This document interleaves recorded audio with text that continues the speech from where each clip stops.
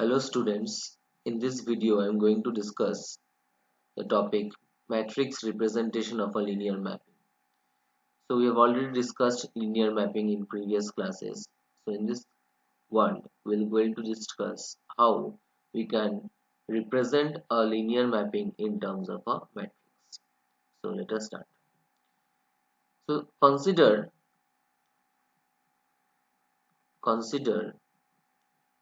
the vector spaces. Consider the vector spaces V and W with dimension of V is equal to M and that of W equal to N. So we have two vector spaces V and W with dimensions given M and N, where obviously we should mention that where M and N are finite numbers, where M and N are finite numbers, specifically positive integers. So we have two vector spaces V and W with finite dimensions M and N. Now suppose that V be a linear mapping from V to W. Let V be a linear mapping from V to W. Now I hope you remember the definition of linear mapping. So if not so, then let us recap this definition of linear mapping. So what was linear mapping? So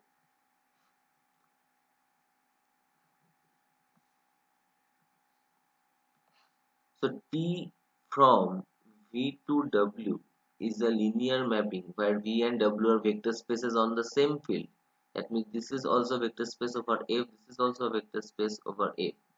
So T from V to W is the vector space, is a linear mapping if T satisfies these given conditions. First of all, T of alpha beta is equal to T alpha plus T beta, and T of C alpha is equal to C into T alpha, where alpha and beta are elements of V and C is the scalar, or C is an element of the field F. So this is a linear mapping. So now we have a linear mapping T from V to W. Okay. So suppose that this set of vectors alpha 1, alpha 2, alpha n is an ordered basis of the vector space V, and the set of vectors beta 1, beta 2, beta n, sorry, this will be m, since the dimension we have taken to be m, and this is beta 1, beta 2 up to beta n, since the dimension of the vector space W we have taken n, is an ordered basis of W. So we have taken two ordered basis of V, alpha 1, alpha 2, alpha m, and that of W, beta 1, beta 2 up to beta n. So we have taken two ordered basis. Now obviously T is, or T will be, completely determined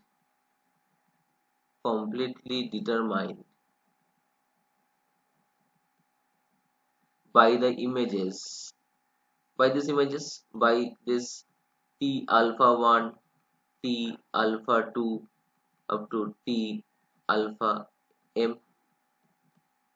So since alpha 1, alpha 2, alpha m are elements of V and T is the mapping from V to W, the elements T alpha 1, T alpha 2, T alpha n, these elements T alpha 1, T alpha 2, T alpha m, this all belongs to W.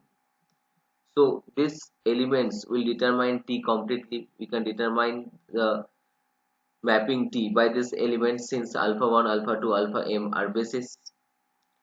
So each Ti, again see, since each Ti, each T of alpha I belongs to W where I is from 1 to up to m. Since each alpha T of alpha I belongs to W where I is from 1 to n. So T of alpha I, T of alpha I or T of alpha I must be written as a linear combination of beta 1, beta 2, beta n. Since T of alpha I belongs to W, so this implies T of alpha I can be written as linear combination of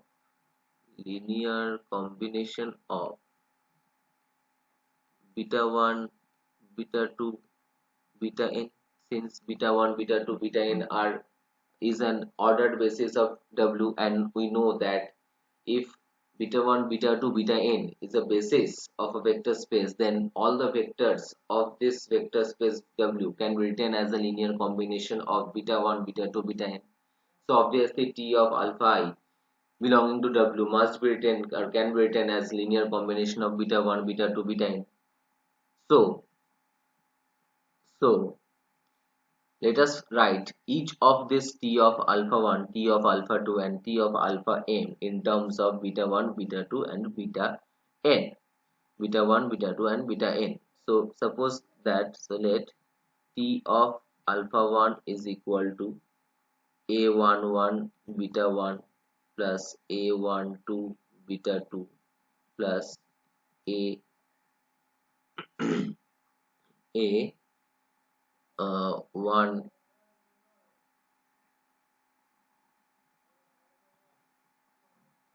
Wait, let us write in this way, not in this way. Let us write in this way that T of alpha 1 equals to A11 beta 1 plus A21 beta 2 plus in this way plus A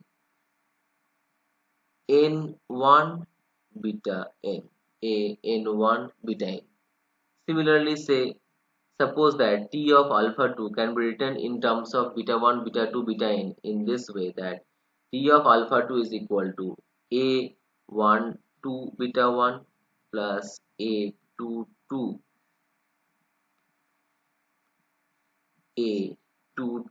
beta 2 in this way up to A n2 beta n, A n2 beta n. So continuing in this way, say suppose that the last element T of alpha m is equal to A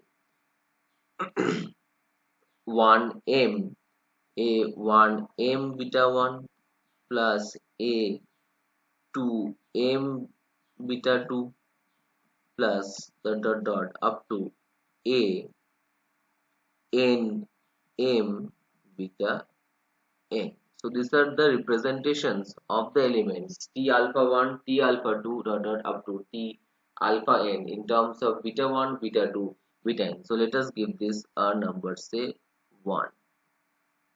Okay, let us give this a number, say 1. So next, now take any element alpha xi. So consider any any vector xi, say belonging to the vector space V,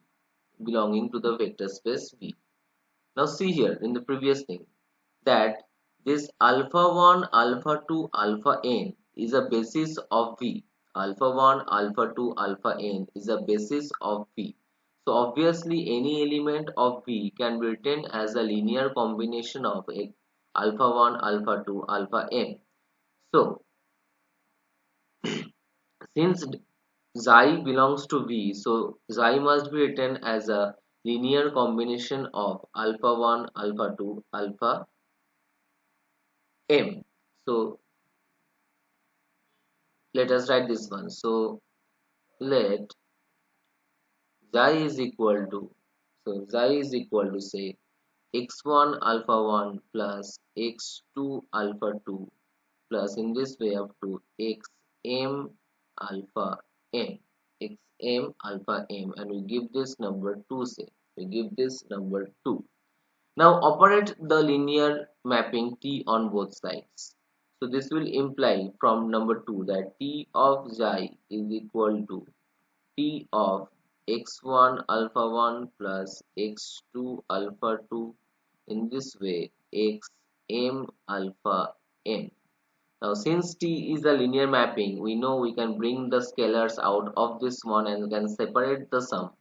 So we can write this as x1 T alpha 1 plus x2 T alpha 2, in this way up to xm T of alpha m, xm T of alpha m. Now recall the last thing that we have written. We have written T of alpha 1, T of alpha 2, T of alpha m in terms of the basis beta 1, beta 2, beta n, beta 1, beta 2, beta n in the previous page. So what we have done from equation number 1, T of alpha 2 we have written a11 beta 1 plus a21 beta 2, in this way up to an1 beta n.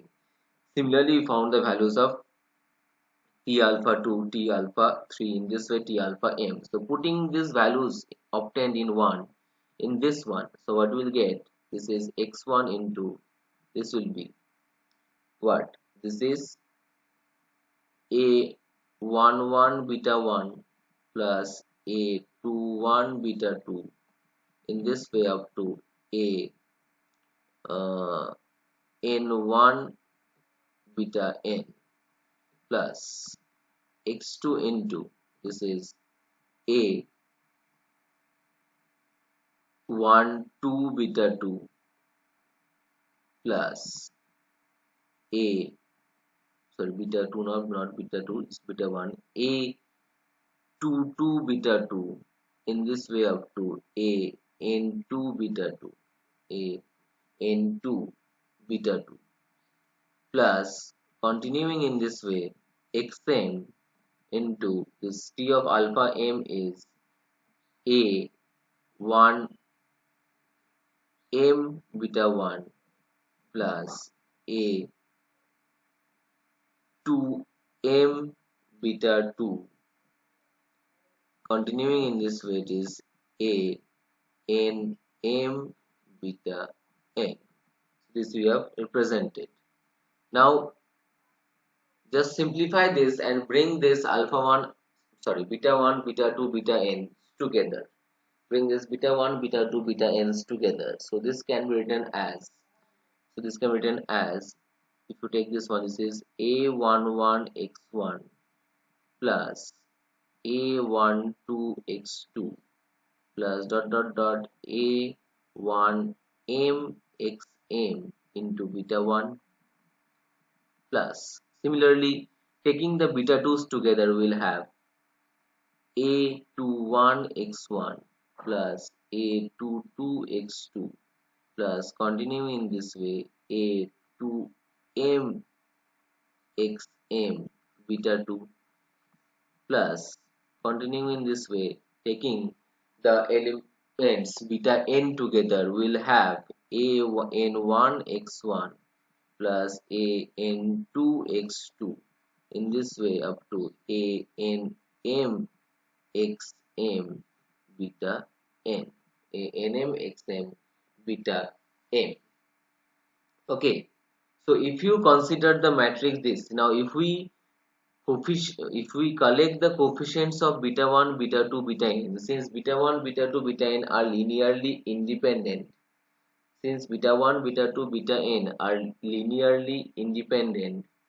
so what we can say that if we take, means since we can say like this, that since we give this a number, say this is a number 3, since Tj belongs to W, obviously T of xi belongs to W, so T of xi can be written as linear combinations of beta 1 beta 2 beta n. So this is equal to, say, y1 beta 1 plus y2 beta 2 plus, in this way up to yn beta n, yn beta n, where y1, y2, yn are scalars. y1, y2, yn are scalars. So give this a number, say number 4. So now look in the equation 3 and equation 4. Both are representations of t xi.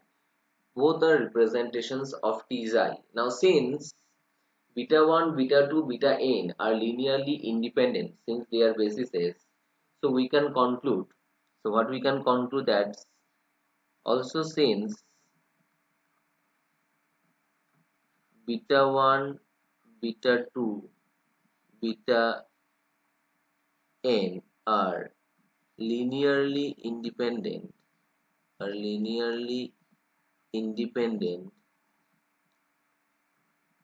so the coefficients of beta 1, beta 2, beta n from equation 3 and equation 4 must be equal, because they were both the representation of t of xi, and they are independent, so they must be equal. So now we equate the coefficients. So equating coefficients, what we'll get? So equating the coefficients of beta 1, beta 2, beta n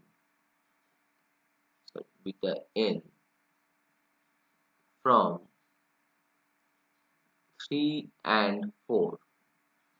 From 3 and 4 we have, so what do we have? See, the coefficient of the coefficient of beta 1 is this one in equation number 3, and coefficient of beta 1 in equation 4 is y1. So y1 must be equal to this one. Similarly, the coefficient of beta 2 is this one, and that of beta 2 in equation number 4 is y2. In this way, we write the equality in the coefficients in the next page. So what we'll have? So writing this, we'll have that y1 is actually equal to, y1 is actually equal to a11x1 plus a12x2 plus a1m xm.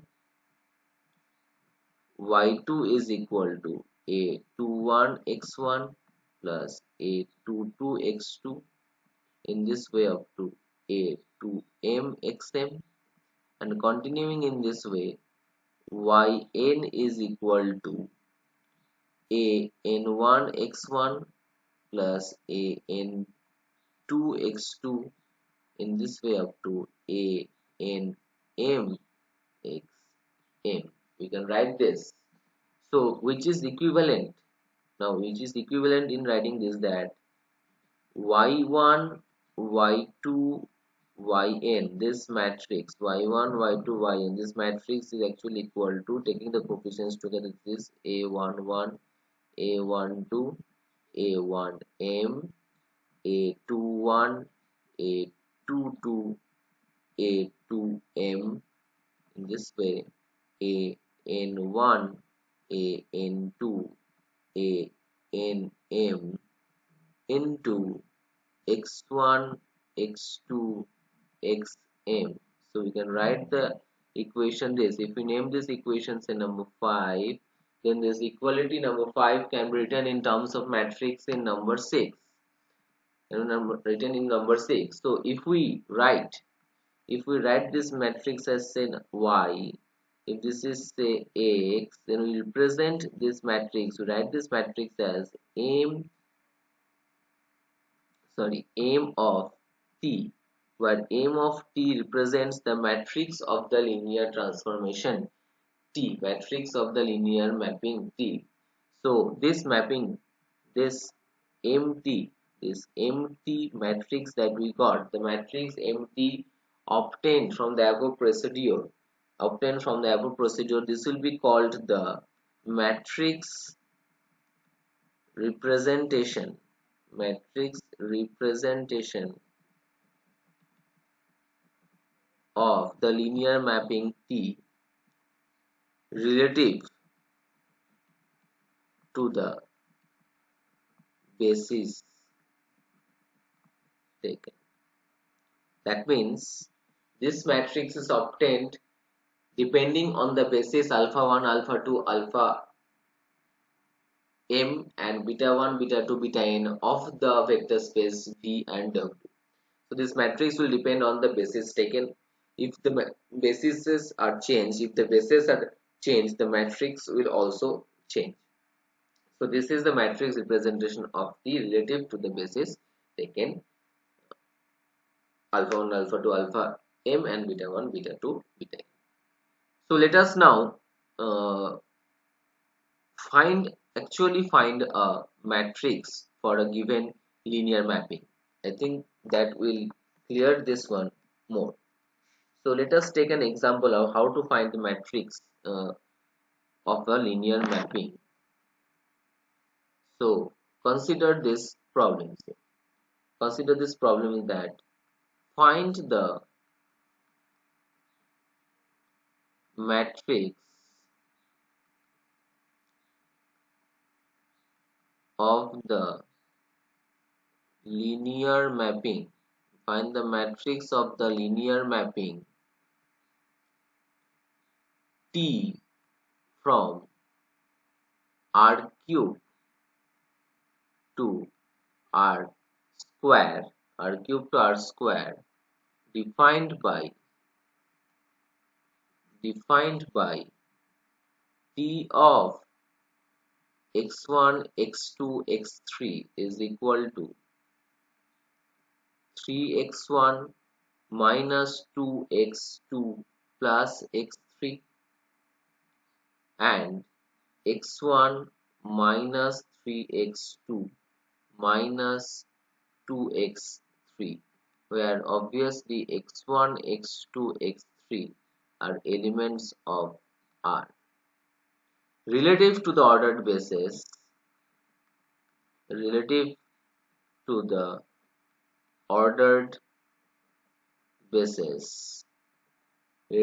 ordered basis, 1 0 0 0 1 0 and 0 0 1 of R cube and to the base 1 0 0 1 of R square. So we have a mapping given, linear mapping from R cube to R square. So V is here. So V given here is R cube and W given here is R square. So obviously what is dimension of V? The dimension of V is equal to 3. Dimension of W is equal to 2, which are finite dimensional. Also the ordered bases are provided 1 0 0 0 1 0 and 0 0 1. This ordered bases of R3, that is of V, has been provided.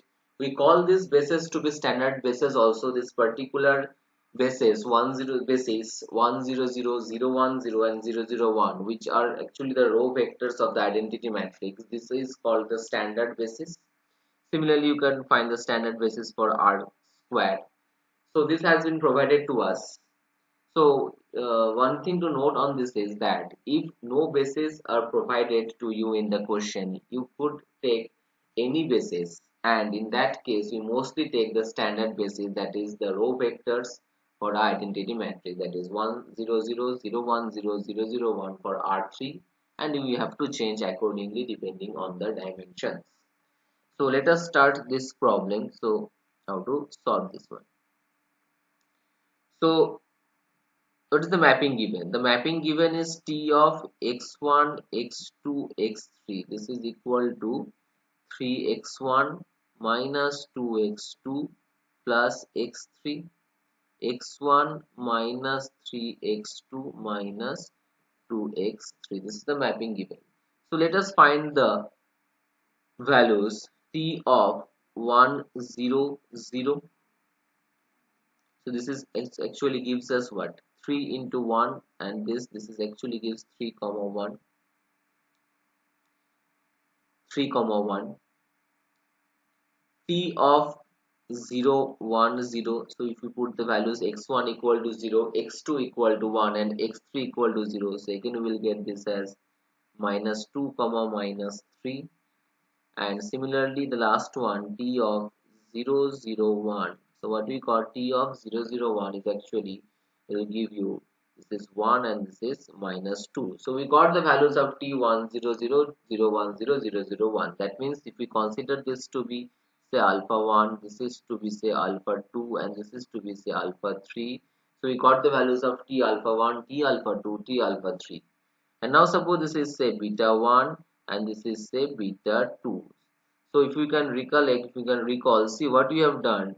We have written, see here, we have written this t alpha 1 in terms of the basis of w, that is beta 1, beta 2, beta n, in terms of the basis of w. So will do it here also. So what is the basis of w given? So w basis given is beta 1, beta 2, that is 0 1. So we have to write this t of alpha 1, that is t of 1 0 0 in terms of the basis of beta 2, sorry, in terms of basis of r2, that is equals to, we can write this as 3 into 1 0 plus 1 into 0 1. Very easy. Similarly the next one can be written as minus 2 into 1 0 plus minus 3 into 0 1.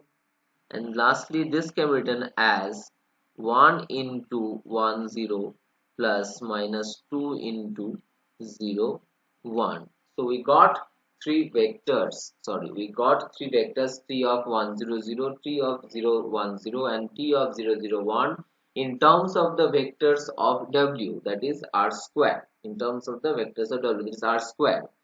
So therefore the matrix representation of t, that is mt, the matrix representation of t, that is mt, is actually the coefficients from this, that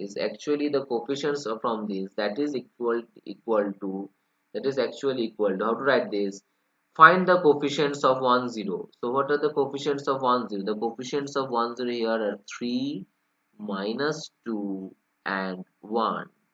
Similarly, what is the coefficient of 1 minus 3, sorry, 0 1? The coefficients of 0 1 are 1, minus 3 and minus 2. So write this in matrix in rows, that will give us mt. So m of t is equal to 3 minus 2 1, and the second row will be 1 minus 3 minus 2. So this matrix obtained is the matrix representation of the linear mapping T. And see this, the order of the matrix is 2 cross 3, which is nothing but that the order of MT is equal to dimension of W cross dimension of V. That is the order of MT.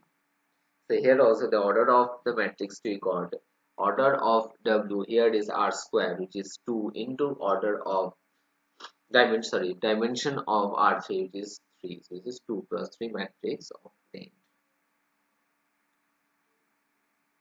So this is matrix representation of linear mapping. Okay. So few points can be discussed on this is, whether this are matrix representation, matrix representation of composite mappings, of composite mapping. So what are these? Matrix representation of composite mapping. So we can see that if say S and T are two linear mappings, S and T are two linear mappings from the same with the same domain and codomain, that is V and W are the vector spaces and S and T are two linear mappings from S and T are two linear mappings from V to W, then then S composition T S composition T defined by S composition T defined by sorry sorry sorry I've written this one wrong. I've written this one wrong. Wait. T is a linear mapping from V to W and S is a linear mapping from W to V. S is a linear mapping from W to V. So we have two linear mappings. One is from T to W and another is from W to V. Then S composition T, S composition T, which is a mapping from S composition T, which is a mapping from what? S composition T will be a mapping from V to V. S composition T will be a mapping from V to V. This will be defined by, this is defined by S composition T of alpha is actually equal to S of T alpha. S of T alpha. This composite mapping, this composite mapping is called the product mapping. This composite mapping is called the product mapping. It's called the product mapping. Now, the information that has to be provided is that the matrix of S composition T is actually equal to the matrix of S composition T is actually equal to matrix of S into matrix of T. Matrix of S into matrix of T. So this implies M S composition T is equal to MS into M. Okay, MS into MT. And similarly, another one that we need to know is that we can write this as another note that